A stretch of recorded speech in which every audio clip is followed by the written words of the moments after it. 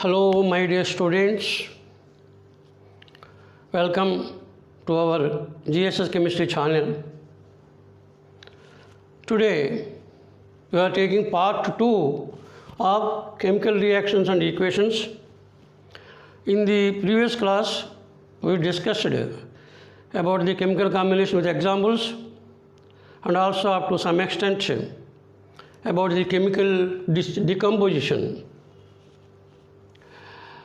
Already we discussed 2 examples. Okay, one is heating of limestone, which is nothing but CaCO3. Upon heating, it decomposes into Ca1, CO2.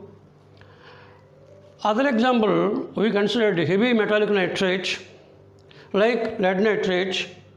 Upon heating, decomposes to give you lead oxides, nitrogen peroxide, and oxygen.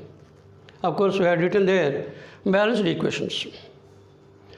From this stage onwards, we have to continue our lesson. Already, these are the heating bulbs. Through the agents of heat, we are decomposing these substances. Whenever decomposition of the substance is taking place through heat, that means therma, these are also called thermal decomposition reactions. These are also called thermal decomposition reactions. Okay, thermal decomposition. Such types of chemical reactions are known as thermal decomposition reactions. Therma means heat. By the agents of heat, we are decomposing the compound into further simpler compounds or elements. This can also be called, in other terms, pyrolysis.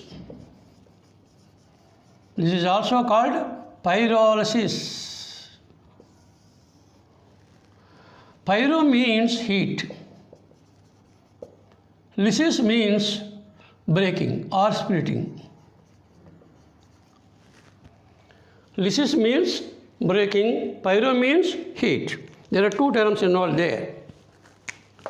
Pyro means heat, lysis means breaking. Breaking the substance, splitting the substance through the agents of heat. And instead of this term, we can also use this word, pyrolysis.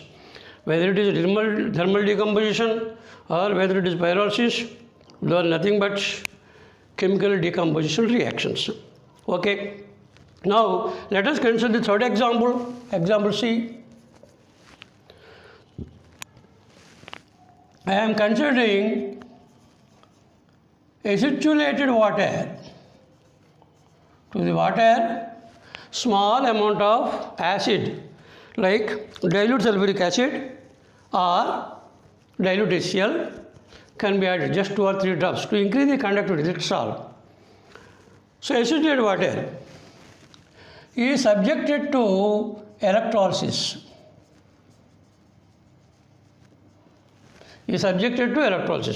That means through that solution you have to pass electricity. Then what happens? You will get 2 products at cathode and anode. At cathode, one product is obtained. At anode, another product is obtained. That is the natural phenomenon taking place in the case of electrolysis. At cathode, you will get here hydrogen. At anode, you will get oxygen. Water is in the liquid state, hydrogen in the gaseous state, oxygen is also in the gaseous state. Now let us write the equation for this. This is the word equation. If you write the equation for this, you can write it as H2O liquid to which small amount of dilute sulfuric is added, that is what you call acidulated water. Electricity is passed through the solution. Thereby, it splits into hydrogen gas plus oxygen gas. So this is at cathode, this is at anode. And this you can conduct this experiment also. You can take a beaker, you can take water, add 2 or 3 drops of dilute sulfuric acid to it. 2 graphite rods are introduced into it. These graphite rods are connected to the terminals of a battery. One is cathode, other one is anode. And this cathode anode graphite rods are covered with test tubes with full of water. That means test tube with full of water is inverted on the graphite electrodes, on both the electrodes. Then electricity is passed into it. Gradually the gas is formed and the water level will be coming down and the test tube will be filled with these 2 gases. At cathode we will get hydrogen gas, at anode we will get oxygen gas. This is the way you are getting, and of course this is the experimentation and this is the activity shown in your textbook. You can do it in practical way. So this is what you call electrolysis. Why is it called electrolysis? Let me know. Why is it called electrolysis? Lysis means breakage, right? By passing electricity, you are breaking the compound. Water is broken into H2 and O2 by the passage of current. So that is what you call electrolysis. This is also an example for decomposition. Water is decomposed into hydrogen and oxygen through the phenomenon electrolysis. Okay, this is another example. If you want, we can draw the diagram also, but this is not the proper time. Next, one more example I am considering. D. Silver bromide. Silver bromide. This is yellow in color. This is solid. This is what you call solid. Let us check what is going to happen here.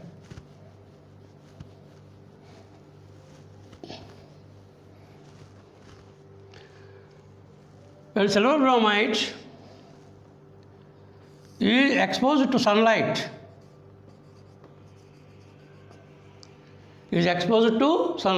generally we will write it as HNU. HNU means light radiation. What happens? Silver bromide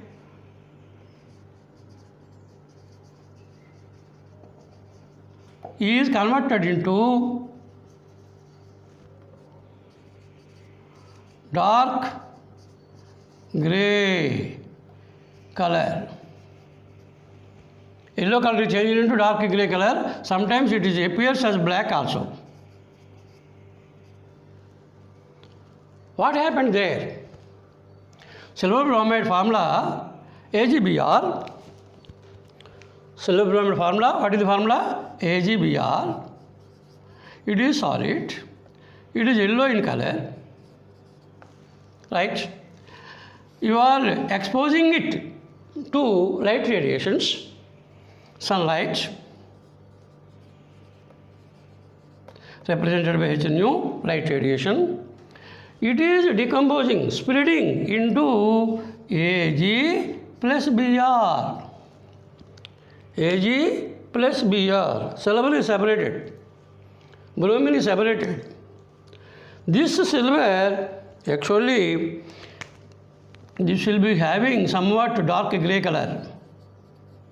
Dark grey color. Or sometimes it appears as black. So, you will get here Ag plus Br. This is the reaction. AgBr splitting, decomposing into Ag and Br. Elements, it is splitting into elements. Right? You can take here a plate like this in which silver bromide is kept. This is silver bromide. This is silver bromide. AgBr.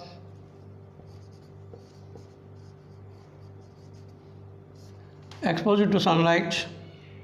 What you are getting here? It is converted into dark grey. dark gray color. We can write in some other colors like this.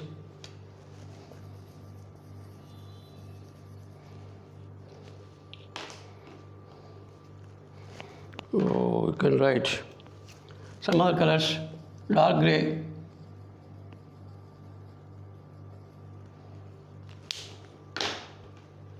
This is dark gray color.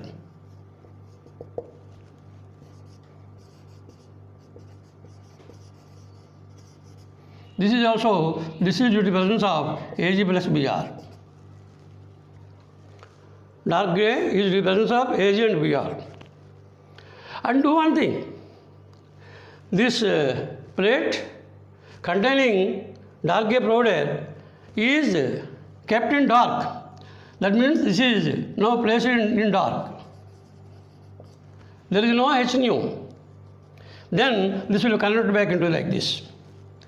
It will be converted into light yellow color. It will be converted into yellow color. This is what you call, you can write here, yellow color. This is yellow color. So in this way, this is yellow in color. That is dark gray color. So that is only due to the decomposition of silver bromide. And this principle is used, if you just observe carefully, that principle is used in the preparation of photographic glasses. Just take the photographic glass, observe the edge, it will be light yellow in color. Light yellow in color. When that photographic glass present in the spectacles is exposed to sunlight, the glass will be blackened. So in radiations, sunlight radiations, the glass will be blackened. And when the glass plate is brought into the darkness, it will be converted back into pale yellow. And that is why photographic glasses in sunlight they will be blackened, in the shade they will be coming to the original shades. That is the principle involved. That is a reaction. What is this type of reaction? This is decomposition taking place in the presence of photochemistry. Sunlight means photo. Photo means light. And so such reactions are known as photochemical reaction. Photochemical reaction, but this is undergoing decomposition, and so this is an example for photochemical decomposition. This is what you call photochemical decomposition. Right? So these are all the examples you can consider for the chemical decomposition cases. Okay? Next we will consider displacement reactions. Please note it meanwhile.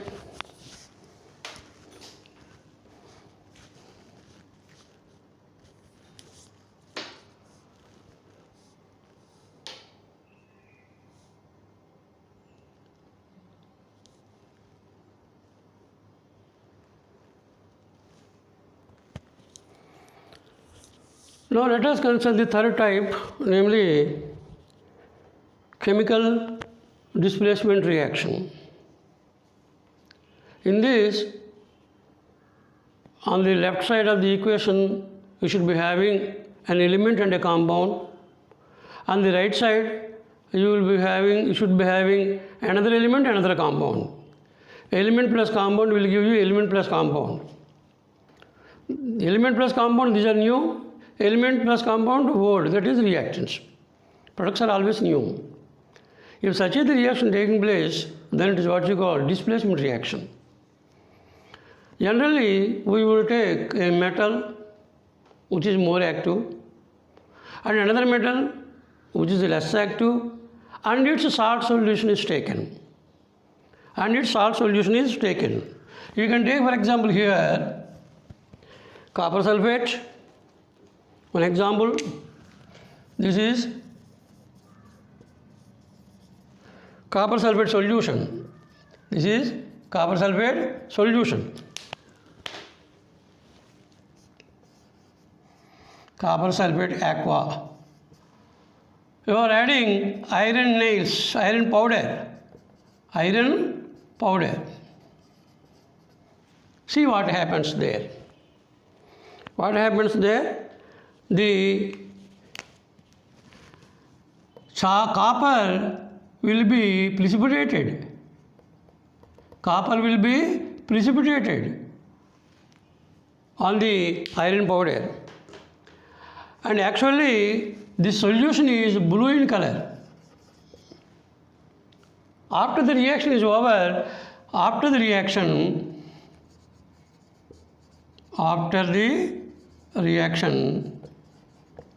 the solution is in pale green color. The solution will be in pale green color. Green color solution will be obtained there. Why is it happening here? Iron is more reactive, copper is less reactive. You have to take the salt solution of that metal which is less reactive. So I am taking iron here. First of all, iron, solid, then copper sulfate, aqua. This is blue in color. Iron is, it will be having some grey color or reddish brown color. It will be converted into ferrous sulfate, aqua. This is pale green in color, plus copper, Cu. This is having somewhat reddish brown color, red color. Now this is the reaction taking place when iron powder or iron nails are added to copper sulfate. The nails will be coated with the reddish brown precipitate of copper. The solution turns gradually to a pale green color. Represent this by the equation here. You can observe iron Fe solid plus copper sulfate CuSO4 aqua. It is completely soluble in water. Soluble and insoluble salts. This was also given in the previous videos. Please observe. Copper position is occupied by iron. The copper position in copper sulfate is replaced and displaced by iron, displacement. So it is converted into FeSO4 aqua plus copper is separated. This is solid. This is having a pale green color and this is having blue color. The solution gradually turned to pale green and copper is deposited in the iron nails if it is present there or iron powder. This is the displacement reaction. An active metal plus a low active metal salt solution will give you active metal salt solution plus low metal freely obtained in the elementary stage. Similarly, you can take one more. Many reactions are there. If you follow electrochemical series in the electrochemistry chapter, you can write such equations, many. You can write many more equations. And of course, that logic lab you learn in the plus 2 level. One more equation I am writing here. I am taking, this is example A, example B. I am taking zinc powder. I am taking silver nitrate, aqua. This is of course colorless. Silver position is occupied by zinc and it will be converted into zinc nitrate. What is the formula of zinc nitrate? Zn plus 2 valency, NO3 minus 1. So it is Zn NO3 twice, aqua. This is also colorless. The solution remains colorless plus silver is separated. Balance this equation. There are 2 nitrate ions. You have to write here 2. There are 2 Ag. So you have to write here 2 Ag. This is the balanced equation. In this way you can take zinc sulfide, zinc and silver nitrate solution you can get here like this. Even in the place of zinc, you can take copper, you will get the reaction. You can take lead, you can get the reaction. You can take magnesium, you can get the reaction. So many reactions you can get here. At present, it is sufficient if you remember these two in the displacement reactions. One more example you have to consider here now, the most specific example, that is metal, active metal. Metal active plus dilute acid. You will get here metal salt solution plus hydrogen gas.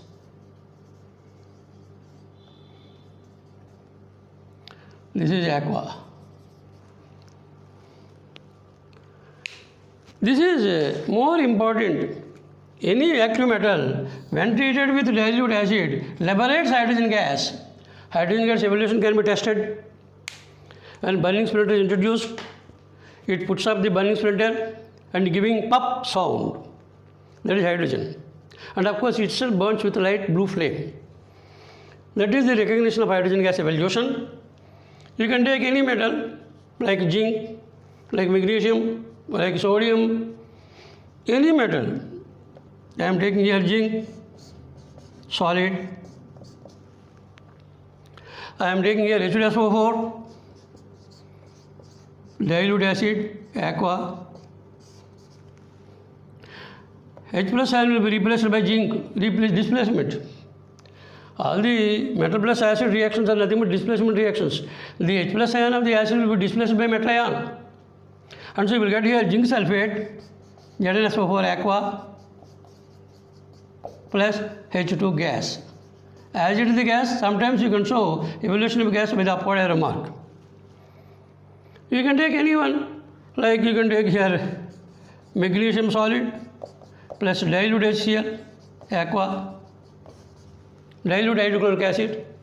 You will get here MgCl2, which is present in aqueous medium, plus hydrogen gas is evolved. Any active metal plus dilute sulfuric acid or dilute hydrochloric acid, all these liberate hydrogen gas.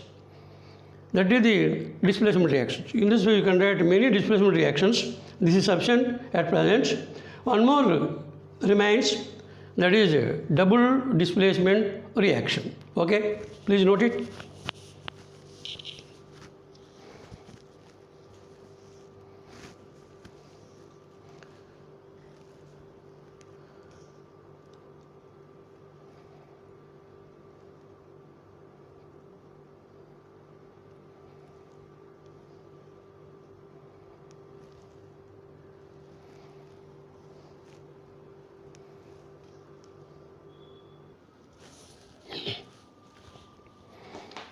Now let us consider the fourth one, double displacement reaction. Here, to recognize this reaction, on the left side you should be having two compounds, on the right side you have to get two new compounds. Left side two compounds, right side two compounds, then it is double displacement reaction.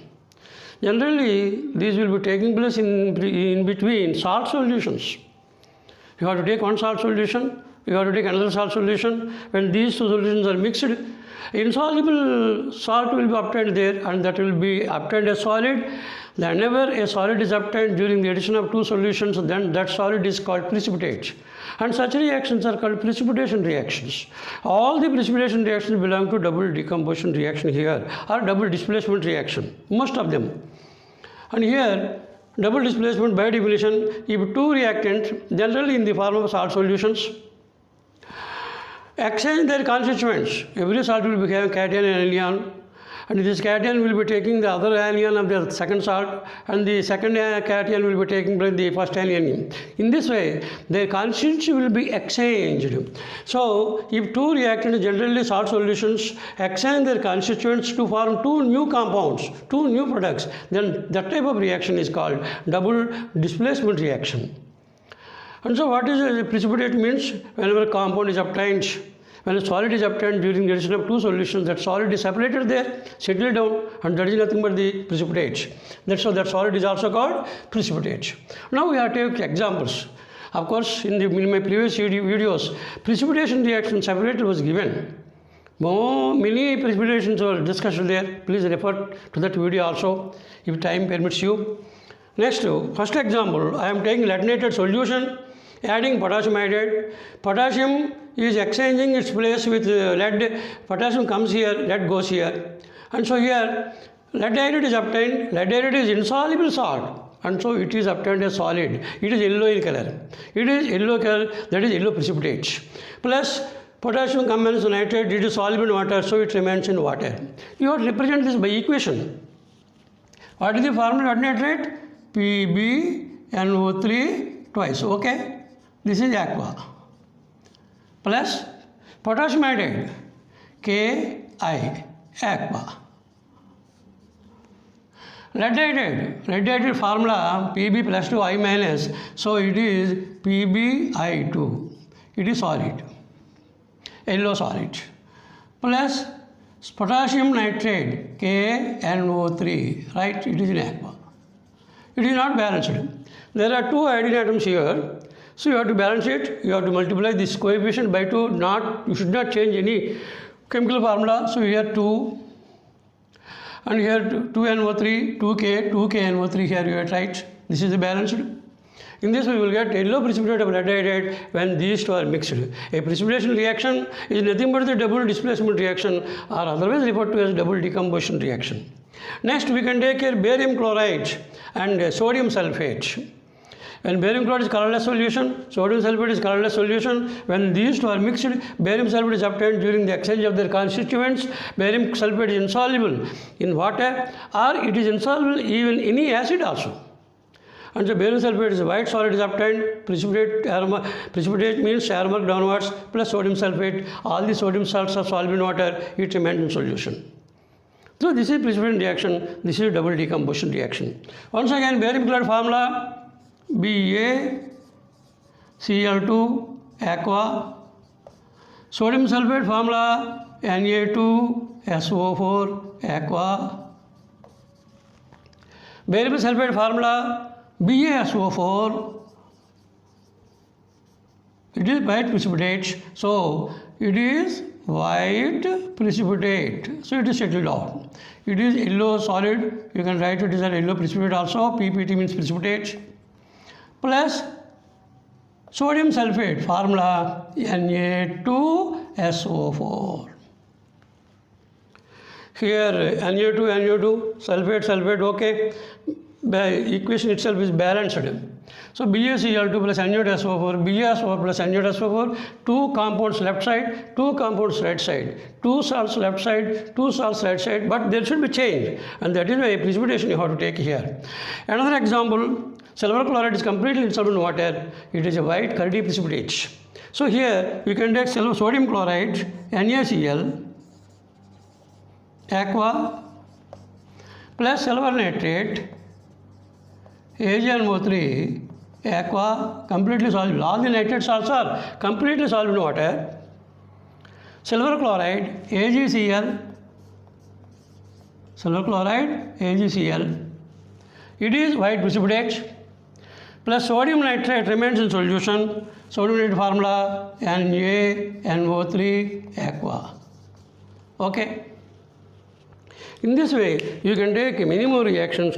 Even sometimes you can consider neutralization reaction. Just like you can take NaOH, aqua, plus HCl, aqua. You will get here NaCl, aqua, plus water, liquid. NaOH compound, HCl compound, left side two compounds, right side two compounds. It can also be treated as double displacement reaction. This is nothing but the neutralization. This is also an example for neutralization. Sometimes it can be referred to as, if necessary, it can be referred to as double displacement reaction also. That is about all the types of reactions. In the next part number 3, we will discuss exothermic, endothermic reactions and other oxidation reduction reactions and balancing the equations, etc. Okay? I will see you in the next class.